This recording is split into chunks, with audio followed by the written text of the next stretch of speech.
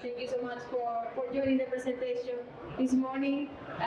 Also, welcome to our CEAD booth here at JEC. We are really happy to have you this morning. As I said, today we have University of Maine with the presentation Composites for Advanced Maritime Structures with Dr. Warren, Chief Engineer, Design for Advanced Manufacturing, and Ben Stava, who is the Research Engineer from University of Maine. So without further ado, I will pass the mic to them. Thank you so much for being here today. Thank you for the introduction. I'm Kyle Warren, Chief Engineer Design for Advanced Manufacturing, and here with my colleague Ben Stava. We're going to talk about the Advanced Composites for Advanced Maritime Structures program at the University of Maine. I'm going to give a brief background of the university.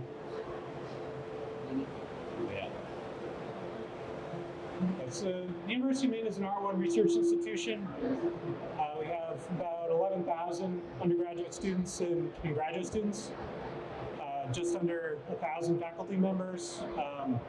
We do about $250 million in research annually. That was FY22 numbers.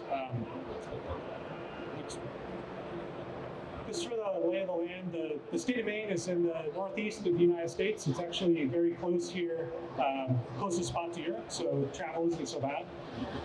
Orono is the large star. That star is the flagship campus.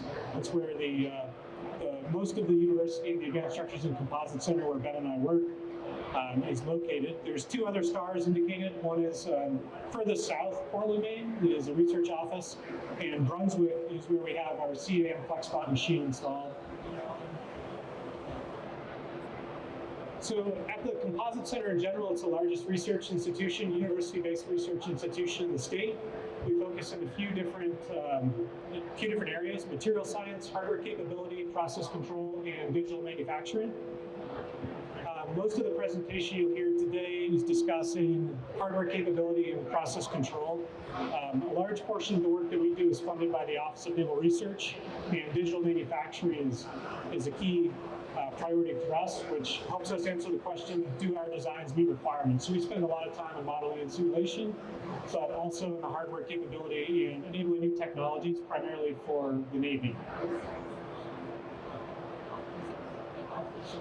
So a few structures and prototypes to give a taste of the kinds of research that we do. In 2019, we installed a large gantry-based printer and made 3D.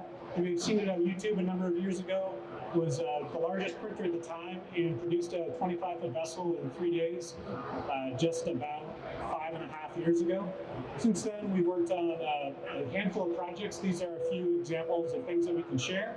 One is a mobile command shelter. 2020 and 2022, we printed a home. It's called BioHome 3D. I'll have a couple more slides on that in a moment. A photo of the boat being printed in 2019, as well as in our facility, in our wind wave tank. So the BioHome 3D is a 55 square meter bio-based 3D printed house. It took a number of days to complete on the machine. It's been installed behind our laboratory on campus at the University of Maine. I would welcome anyone who's interested to visit us in Maine at the university, and you can come take a tour of the BioHome 3D. It's been out experiencing a couple of Maine winters, which can be fairly harsh. So it's seen hot summers, humid summers, and snowfall and snowpack on the roof as well. A few photos of it being printed. A lot of the research work that we do at the Oak Ridge National Labs is bio-based polymer. So Maine is one of the most heavily forested states in the country. And we have a lot of bioresidual waste from those forestry processes. Our goal is to fill these polymers with as much bio-based material as we can to help reduce really landfilling a lot of the waste. So those materials were applied to the fabrication of the BioHome project. It was manufactured in a few different modules. You can see one of the modules in the upper right. It was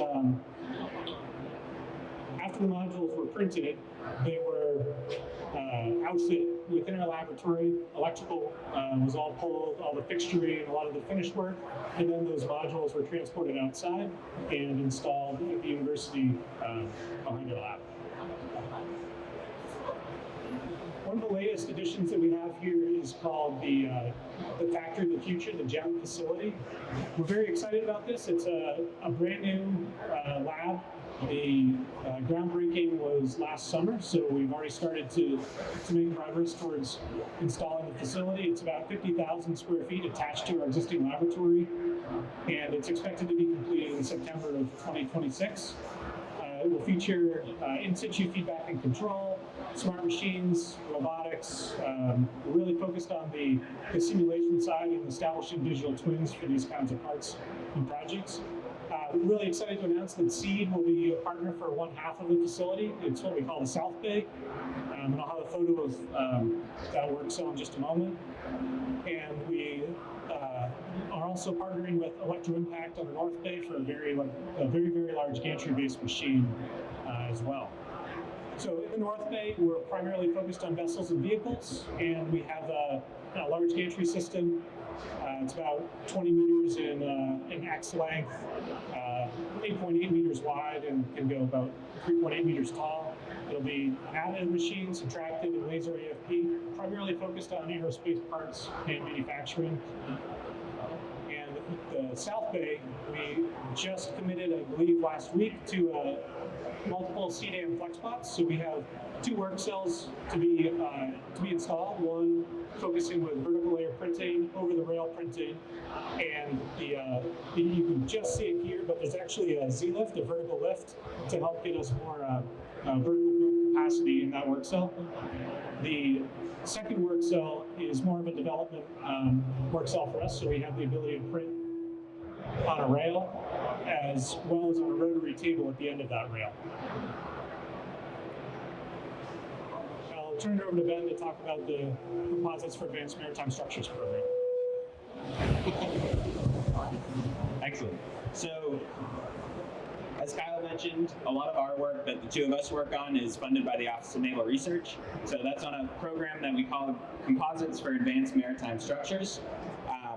On this program, we refer to it as CAMS.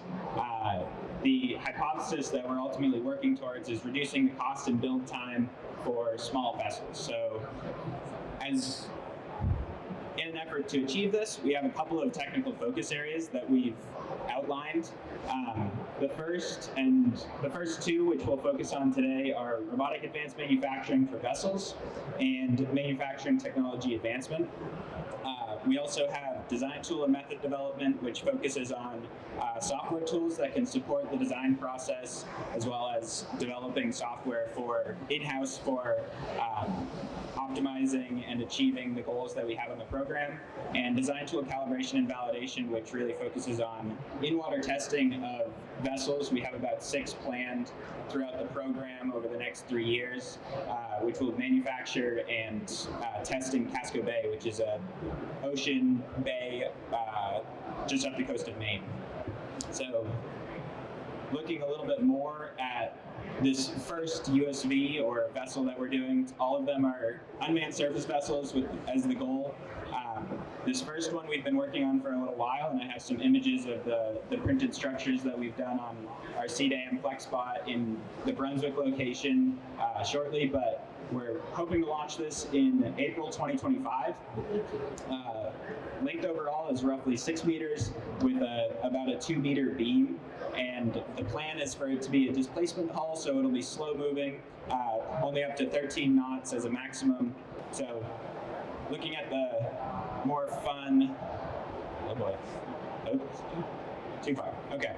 So looking at our actual manufacturing cell and what we've made, this is some older progress that we've made, but the manufacturing of the work cell, we were limited at the time by size. We've recently installed a longer print bed. So originally we had a 4 meter long print bed, which meant we could only print about 4 meters in length, but since we wanted a 6 meter vessel, we printed in 4 modules, cut it in half. It also gives some structural reinforcement along the longitudinal and transverse, add some bulkheads. So these are the 4 modules. As I mentioned before, it's roughly 6 meters by 2 meters and 1 meter depth. The total weight of the printed modules is roughly 520 kilograms. And overall print time, each of these modules took about 19 hours or 20 hours. So 80 hours full print time for the vessel, which of course will then, it has since been wrapped with continuous fiber and joined. We don't have pictures of that right now, but we're hoping, as I mentioned, to launch in 2025 or April 2025. So we should have more images and be able to share more information on that if you're interested later. Then our other, again with our work cell, so we installed it in January 2024. We manufactured the vessel components or modules a couple months ago after some fact-finding, some mechanical characterization for materials, figuring out what we could do with the work cell in-house. And this is with a AM FlexBot, as I mentioned, 8 meters long now. It was 4 meters with a E40 extruder, so up to 60 kilograms per hour extrusion rate. And I do have some additional slides on this afterwards for what we have been installing and will be installing shortly. But looking at another focus area that I am very involved with, the manufacturing technology advancement, which includes polymer additive manufacturing, but also integrated fiber reinforcement, or in this case referring to ATLAM, which we've been working very closely with CEAD on some redesign from the initial ATLAM that was developed to help us achieve more curvatures. As you can see, this is very focused on vessels, and in that case, straight lines don't tend to match as well. So looking to try to achieve some more curvature, you can see kind of a render of the redesign on the right there. Some other areas that we're trying to pursue for manufacturing technology advancement might be thermoplastic welding, AFP, or other technologies to make sure that we're truly exploring the space entirely and looking to reduce cost and build time for these vessels with our robotic advanced manufacturing. And just to close it out, we have been working with CEAD a lot lately. This is sort of a roadmap of the recent past and near future for what will be happening with our work cell. So in about July, we installed our data logging system, and we'll be shortly getting a scan-to-mill system to go along with that to help us with our milling processes. I mentioned the track extension already, which extended from 4 meters to 8 meters. In addition, so in the next month or so, CEAD will be on site for a little while to install several other things. So scan-to-mill is one, vertical printing, which is demonstrated by Martin sitting in the vessel that was printed at the Maritime Application Center. We'll be installing this as well, along with the ATLAM system that's been redesigned, where we'll be working on characterizing the material and looking at the basic mechanical properties, thermal properties, etc. That has been done a little bit, but looking at mostly PC and PETG materials for low-cost solutions, and then looking to apply this to vessels and other structures from there. But that's what I have now. Collaborators, CEAD, AdAxis, and AirTech. That's all we have. So if there's any questions, or if not, that's all.